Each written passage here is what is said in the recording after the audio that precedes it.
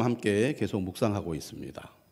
본문을 읽어보면 얼른 그 의미가 눈에 들어오는 구절들도 있지만 무슨 뜻인지 잘 이해가 되지 않는 구절도 있고, 잘못 읽으면 내용을 잘못 이해하고 오해하는 구절들도 있습니다. 저도 이렇게 읽어보면 뜻을 잘못 이해하고 해석하는 경우가 있더라고요. 그래서 성경을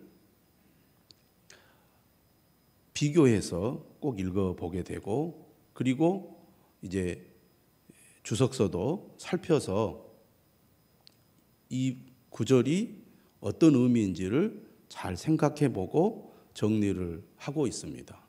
안 그러면 우리말 한글이 이 뉘앙스라는 것이 있잖아요. 말이라는 것이, 글이라는 것이. 그래서 얼른 읽고 얼른 내 마음대로 판단을 해버려요. 그래서 잘못 이해하고 해석을 하는 경우들이 종종 있구나, 그런 실수를 할 수 있겠구나, 그런 생각들을 전도서를 읽으면서 했고요. 오늘 본문도 제가 그냥 처음에 읽을 때는 그냥 느낌상 그런 뜻이겠거니 했는데, 제가 주의 깊게 읽지 않아서 오해를 했구나, 이런 구절도 오늘 본문에 있었습니다. 그런 의미에서 여러분들이 성경을 유심히 잘 생각해서 읽고, 이해가 안 되면, 그 말뜻이 이해가 안 되면 다른 그 번역 성경을 여러분들이 비교해서 살펴볼 필요도 있습니다. 물론 똑같은 구절에 대해서 전혀 다르게 해석을 하는 구절도 있더라고요. 전도서 읽어보니까 예를 들면 새 번역으로 읽어보니까 전혀 또 다른 뜻이고, 공동 번역으로 읽어보니까 또 다른 뜻이에요. 그렇게 해석을 하면 안 될 것 같은데 전혀 이상하게 해석을 하는 경우도 있습니다. 그러면 또 영어 성경을 살펴서 무슨 뜻인지 이렇게 비교를 해보게 되거든요. 전체의 문맥 속에서 이 구절이 뭘 의미하는지를 곰곰이 생각을 해야 바르게 이해하는 경우들이 많이 있습니다. 그래서 우리가 주의 깊게 읽는 것이 중요하다는 거죠. 제가 이 말씀을 드리는 이유가 있습니다. 잠언이나 전도서는 지혜의 문학입니다. 우리가 살아가면서 지혜를 얻기 위하여 어떻게 해야 될지, 또 어떻게 세상에서 우리가 지혜를 얻을 수 있는지에 대해서 말씀하고 있는 책이 지혜 문학인데, 지혜를 얻는 사람들의 특징이 있어요. 여러분, 그냥 순간적인 직관이나 번뜩이는 생각으로 우리가 지혜를 얻을 수는 없습니다. 물론 직관도 중요하고 번뜩이는 아이디어도 중요하지만, 지혜를 얻기 위해서는 반드시 어떤 자세가 필요하냐면 관찰자가 되어야 한다는 것입니다. 그것도 아주 세밀한 관찰자, 그리고 다각도로 살펴보는 관찰자가 되어야 돼요. 볼까요? 전도서 7장 바로 앞에 본문에 27절에 이런 말씀이 있어요. 전도자가 이르되 보라, 내가 낱낱이 살펴 그 이치를 연구하여 이것을 깨달았노라. 지혜자의 특징은 뭐냐면 매우 자세하게 관찰을 한다는 것입니다. 그러니까 우리가 지식이 많아질수록 사물을 이해하는 넓이나 깊이가 달라집니다. 여러분, 이 자리에 앉아서 똑같이 봐도 건축가가 와서 보는 것이 다르고요, 미술가가 와서 보는 것이 다르고, 음악가가 와서 보는 것이 다릅니다. 우리가 그런 말 하잖아요. 아는 만큼 보인다고. 그만큼 지식과 지혜가 클수록 관찰의 능력도 커진다는 거예요. 그래서 우리가 외골수라는 말을 하잖아요. 자기가 보고 싶은 것만 보고 자기 고정관념을 가지고 사물을 보고 판단하는 사람. 그런 사람은 앞뒤가 꽉꽉 막혀서 자기가 보는 것만 보고 그렇지 않은 것은 보지 못할 뿐만 아니라 자기가 보고 이해하는 것만 옳다고 주장을 해요. 그런데 지혜로운 사람은 매우 면밀하게 살피되 앞뒤 좌우를 살피고 깊이 있게 살펴서 사물이 어떻게 움직이는지를 알아내는 사람, 이런 사람이 지혜로운 사람입니다. 1장 12절에서 이렇게 얘기해요. 13절에 마음을 다하며 지혜를 써서 하늘 아래에서 행하는 모든 일을 연구하며 살핀즉.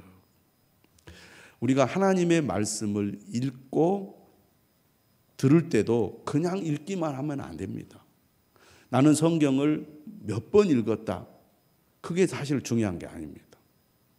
읽으면서 얼마나 많이 생각하고 또 잘 관찰하여 그 이치를 알려고 내가 예를 썼는가, 또 다각도로 다방면에서 여러 가지 지식과 또 경험들을 총괄하여 하나님의 말씀을 이해하려고 예를 썼는가에 따라서 말씀을 이해하는 깊이나 넓이가 달라진다는 겁니다.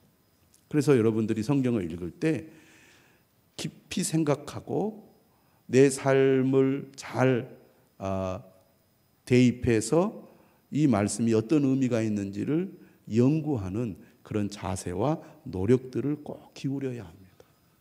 그리고 우리가 사고의 폭을 넓히려면 역시 독서가 참 중요하죠. 책을 읽어야 합니다. 그래서 제가 내년에는 기독교 곤장 도서를 소개해서 리더들과 직분자들은 의무적으로 읽고 보고하도록 그렇게 하려고 마음을 굳게 먹고 있습니다.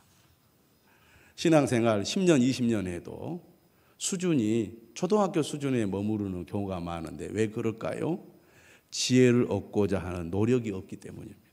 그저 되는 대로 신앙생활 하니까 이 사고의 확장이 잘 안 되는데, 전도서를 보면서 우리가 지혜를 얻기 위해서 노력을 많이 해야 되겠구나, 그것이 매우 우리 삶에 힘이 되고 유익이 되는구나 하는 것을 여러분들이 전도서를 통해서 깨닫지 않으셨을까요? 오늘 우리가 읽은 본문은 두 가지를 함께 이야기합니다. 그것은 뭐냐면 지혜의 유익과 한계입니다. 지혜가 우리 삶에 매우 유익하다는 거죠. 제가 늘 얘기하죠. 지혜롭지 못하면 얼마나 우리 삶에 손해나 또 낭패가 많은지, 후회할 일이 얼마나 많은지. 그런데 우리가 그때마다 삶의 지혜를 얻어서 그것을 잘 활용하면 그때 내가 참 잘했다, 지혜의 덕을 우리가 살아가면서 많이 보게 되거든요. 그런데 반대로 인간의 지혜는 또한 한계를 분명히 가지고 있습니다. 사람이 아는 것이 많아지고 지혜로워지면 어떤 위험성이 있습니까? 교만해질 위험성이 있습니다. 그래서 소위 똑똑하다는 사람이 얼마나 교만한지 우리가 잘 알잖아요. 텔레비전에는 지식이 많고 지혜가 많은 사람들이 자주 나와서 자신들의 지식과 지혜를 뽐냅니다. 그리고 사람들은 그런 사람들 보면서 열광을 하죠. 그런데 인간의 본성이 그렇기 때문에 힘이 있다든지 지식이 많다든지 지혜가 많으면 자기도 모르는 사이에 교만해져요. 그래서 자기가 모든 것을 다 안다고 생각하고 자기가 모든 것을 할 수 있다고 생각하는 거죠. 전도서는 그런 사람을 향하여 자신의 한계를 깨달으라. 그래서 지식이 많을수록, 힘이 많을수록 겸손한 자세를 가져라. 전도서가 강조하는 내용입니다. 오늘 본문도 그런 내용이죠. 자, 1절을 한번 보겠습니다. 누가 지혜자와 같으며 누가 사물의 이치를 아는 자이냐. 어떤 면에서는 지혜자가 누구인가를 묻는 질문이기도 하지만 바로 7장 끝부분은 23절에서 29절의 말씀은 지혜의 한계를 강조하고 있는 본문이거든요. 인간은 아무리 예를 써도 온전히 깨달을 수 없다. 그 얘기를 오늘 보면 바로 앞에서 하고 있습니다. 그러니까 1절의 이 구절은 두 가지 의미를 가지고 있어요.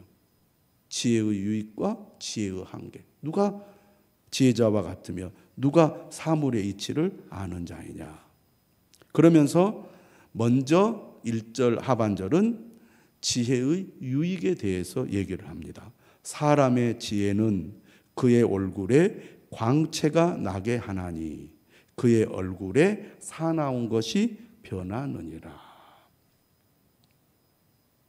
제가 미용실에 가서 이발을 하는데 목사라고 안 했습니다. 딱 신분을 숨기고 딱 이렇게 머리를 자르는데요. 제 얼굴을 보고 미용실 원장님이 참 행복해 보인다고, 뭐 하는 분인지 모르겠지만 평안해 보인다고 그렇게 얘기를 하더라고요.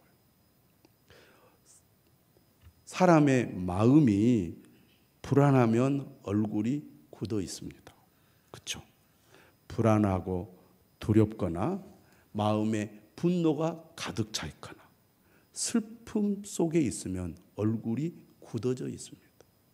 그런데 반대로 분별력과 통찰력을 얻어서 느긋함과 너그러움과 자유와 평안함을 가지면 얼굴이 환하고 밝다는 얘기입니다. 자, 옆에 계신 분들을 한번 서로 바라보면서 얼굴이 굳어 있는지 얼굴이 밝은지 한번 보시기를 바랍니다. 은혜가 충만하면 얼굴이 환하게 밝아요. 그러니까 예수님을 잘 믿는 사람은 얼굴이 환하고 빛이 납니다. 그러니까 여러분들이 집에 가서 거울을 볼 때에 얼굴이 환한지 얼굴이 굳어 있는지를 보면 여러분의 현재 믿음의 상태를 알 수가 있어요. 그리고 여러분 주변에 믿지 않는 사람도 여러분 보면서 뭐가 그렇게 힘들어서 그렇게 죽을 상을 하고 다니냐고 그런 얘기를 듣는다면 여러분들이 전도자로서의 자격이 부족한 것입니다. 당신은 나보다 더 많이 배운 것도 아니고 나보다 더 잘 사는 것도 아니고 사회적인 지위가 높은 것도 아닌데 왜 그렇게 얼굴이 빛이 납니까? 이런 말을 들어야 그리스도인입니다. 할렐루야. 지금 삶이 너무나 힘드니까 어쩔 수가 없죠. 이렇게 말하는 분들도 있습니다. 물론 삶이 너무나 힘들고 어려우면 저절로 얼굴이 굳어지지요. 그런데 믿음의 사람들은 하나님의 은혜의 영광로 속에 자신의 근심, 불안, 두려움을 다 밀어넣어서 그것을 다 불태워버립니다. 그래서 현재의 삶이 아직 안정되지 못하고 어려움이 있어도 하나님이 주신 은혜가 크기 때문에 기뻐하고 감사하고 할렐루야 평안한 줄 믿습니다. 그래서 사람의 지혜는 그의 얼굴에 강채가 나게 하나니 그의 얼굴에 사나운 것이 변하느니라. 지혜로운 사람은 어떤 사람입니까? 한마디로 말하면 분별력과 통찰력이 있다는 것입니다. 그래서 오늘 본문은 특별히 권력자 앞에서 지혜로운 사람의 처신이 잘 나타나 있습니다. 권력자는 무시무시한 사람이죠. 그런데 지혜로운 사람은 그 지혜로 말미암아 권력자를 잘 어떻게 합니까? 다룰 줄 아는 능력을 가진 사람이에요. 여러분 권력자의 말 한마디에 사람의 목숨이 사라져버립니다. 물론 지금 우리가 사는 이 시대는 과거의 시대와는 다르죠. 그만큼 일반 백성들, 국민들의 권력이 강해진 시대입니다. 그러나 고대 사회가 아니더라도 우리가 조선시대만 하더라도 일제시대 아니면 독재시대만 하더라도 여러분 권력자에 의해서 목숨을 잃는 사람들이 부지기수였습니다. 눈 밖에 나면 지도새도 모르는 사이에 목숨을 잃었다 그 말입니다. 그러니 얼마나 무섭습니까? 얼마나 두렵습니까? 그런데 지혜로운 사람은 권력자가 어떤 존재인지 알고 권력자 앞에서 어떻게 행동해야 되는지 알기 때문에 그 절대 권력을 가진 왕 앞에서도 지혜로운 자는 자기의 목숨을 지킬 뿐만 아니라 그 속에서도 그는 잘 살아가는 사람이 된다는 것입니다. 자, 한번 볼까요? 2절입니다. 내가 권하노라. 왕의 명령을 지키라. 이미 하나님을 가리켜 맹세하였음이니라. 왕은 두려운 절대 주권자죠. 여기서 하나님을 가리켜 맹세하였다는 말은 백성들이 왕에게 순종하기로 하나님의 이름으로 서야겠다는 말입니다. 왕의 자리에 오를 때 백성들은 왕에게 충성을 다하겠다고 하나님 앞에 맹세를 합니다. 이 왕은 절대 권력을 가지고 있어서 왕의 명령이 곧 법이요. 왕의 한마디에 사람이 살기도 하고 죽기도 한다 그런 얘기입니다. 그렇기 때문에 지혜로운 사람은 권력자 앞에서 어떻게 행동해야 된다고 말합니까? 3절 보세요. 왕 앞에서 물러가기를 급하게 하지 말며 악한 것을 일삼지 말라. 왕은 자기가 하고자 하는 것을 다 행함이니라. 이 말은 곧 뭘 말합니까? 왕 앞에서 두려운 마음으로 조심스러운 태도를 취하라. 그런 얘기입니다. 물러가기를 급하게 하지 말라는 것은 두려운 마음으로 조심스러운 태도를 취해야 한다. 악한 것을 일삼지 말라는 것은 나쁜 일에 연루되지 말라는 것입니다. 그러니까 지혜로운 사람은 세상의 이치를 잘 알기 때문에 권력자의 그 절대 주권이 얼마나 대단한지를 잘 안다는 것입니다. 4절이죠. 왕의 말은 권능이 있나니 누가 그에게 이르기를 왕께서 무엇을 하시나이까 할 수 있으랴.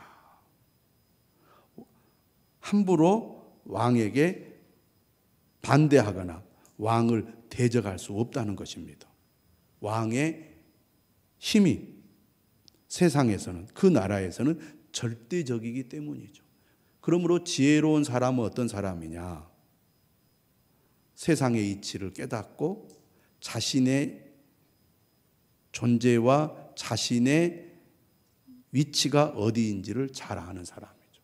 그러니까 우리가 세상을 살아가면서 내가 누구인지, 내가 어디에 있는지, 내가 뭘 하는 사람인지 이거를 잘 깨닫는 것이 매우 중요합니다. 앉을 자리, 설 자리를 알아야 하고 나서야 할지 물러야 할지를 잘 아는 것이 지혜라는 것입니다. 다시 말하면 무조건 힘이 있다고 그가 자기가 원하는 대로 모든 것을 할 수 있는 것은 아니죠. 내가 힘이 있다고 해도 나보다 더 힘 있는 사람이 있습니다. 내가 권력이 있다고 해도 나보다 더 높은 위치에서 권력을 행사하는 사람이 있다는 거죠. 그러니까 지혜로운 사람은 자신의 힘만 믿지 않고 자신의 위치, 자신의 자리를 잘 알고 거기에 맞게 처신할 줄 아는 사람이 지혜로운 사람이다.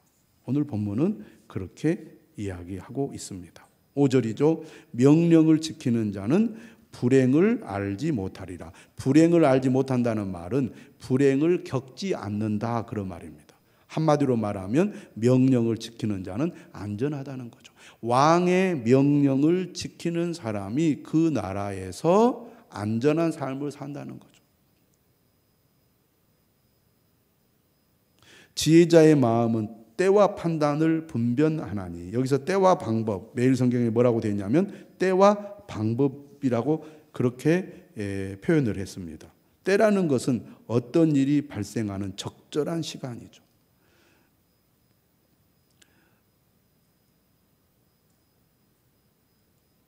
판단이라는 것은 올바른 판단을 내리는 것인데 어떻게 해야 되는지를 아는 것을 말합니다. 그러니까 지혜로운 사람은 때와 방법을 아는 사람이죠. 나서야 할지 말아야 할지, 행동을 취해야 될지 멈춰야 할지, 이것을 잘 분별하는 분별력이 있다는 것입니다. 이걸 잘 분별하지 못하면 힘이 있고 또 기회가 있어도 오히려 자신이 가지고 있는 힘과 능력 때문에 오히려 망하게 될 수 있다는 얘기죠. 6절은 얘기합니다. 무슨 일에든지 때와 판단이 있으므로 사람에게 임하는 화가 심함이니라. 분별하지 못하면 엉뚱한 때에 나서서 화를 입게 된다는 것입니다. 잘못된 판단이 결국 그 사람을 영원히 망하게 할 수도 있다는 것입니다. 그러니 분별력이 얼마나 중요합니까? 지혜로운 사람은 이처럼 분별력이 있어서 때와 판단을 분별하고 또 절대 권력 아래서 겸손한 태도를 취함으로 자신의 생명을 지키고 자신이 어떻게 나가야 할지를 잘 알므로써 그는 그러한 절대 권력 아래에서도 안전하게 평안하게 잘 살아갈 수가 있다, 그런 얘기입니다. 그러니까 지금까지는 무슨 얘기를 합니까? 지혜가 우리의 삶에 큰 유익을 준다는 것입니다. 그런데 이제 7절 말씀 뭐라고 얘기하냐면 그럼에도 불구하고 한계가 있다는 거죠. 지혜는 한계가 있다. 7절 이렇게 얘기합니다. 사람이 장래일을 알지 못하나니 장래일을 가르칠 자가 누구이라. 사물을 움직이는 원리를 알고 그 원리에 대한 해석이나 설명을 잘 한다 할지라도 인간이 가지고 있는 지혜는 분명한 한계를 가지고 있다는 거죠. 그래서 오늘 본문은 우리에게 뭘 얘기하냐면 내가 아무리 지혜롭고 세상의 이치를 많이 알고 있다 할지라도 항상 겸손한 자세를 취하지 않으면 안 된다는 겁니다. 제가 처음에도 말씀드렸죠. 인간은 힘이 있거나 아는 것이 많으면 나도 모르는 사이에 교만해지고 나만이 옳고 내가 모든 것을 할 수 있다는 생각에 우리의 행동이 어떻게 됩니까? 지나친 행동이 돼서 그르칠 수 있다, 그런 얘기입니다. 그래서 7장 15절에 뭐라고 16절에 뭐라고 얘기했냐면 지나치게 의인도 되지 말며 지나치게 지혜자도 되지 말라. 어찌하여 스스로 패망하게 하겠느냐. 지나치게 악인도 되지 말며 지나치게 우매한 자도 되지 말라. 어찌하여 기한 전에 죽으려고 하느냐. 너는 이것도 잡으며 저것에서도 내 손을 놓지 아니하는 것이 좋으니 하나님을 경외하는 자는 이 모든 일에서 벗어날 것임이니라. 내가 많은 것을 알고 있다고 여길 때 우리는 극단의 이 뭐라 그럴까요? 이 처할 수가 있습니다. 그러다 보면은 문제가 발생한다는 거죠. 그래서 오늘 본문에도 분명히 말합니다. 사람이 아무리 지혜로워도 장래일을 알지 못한다는 것이죠. 그만큼 인간은 한계를 가지고 있다는 것입니다. 내일 일을 알 수가 없다는 거죠. 8절에도 말합니다. 바람을 주장하여 바람을 움직이게 할 사람도 없고 죽는 날을 주장할 사람도 없으며 어떻게 우리가 죽는 날을 알겠습니까? 또 전쟁할 때를 모면할 사람도 없으니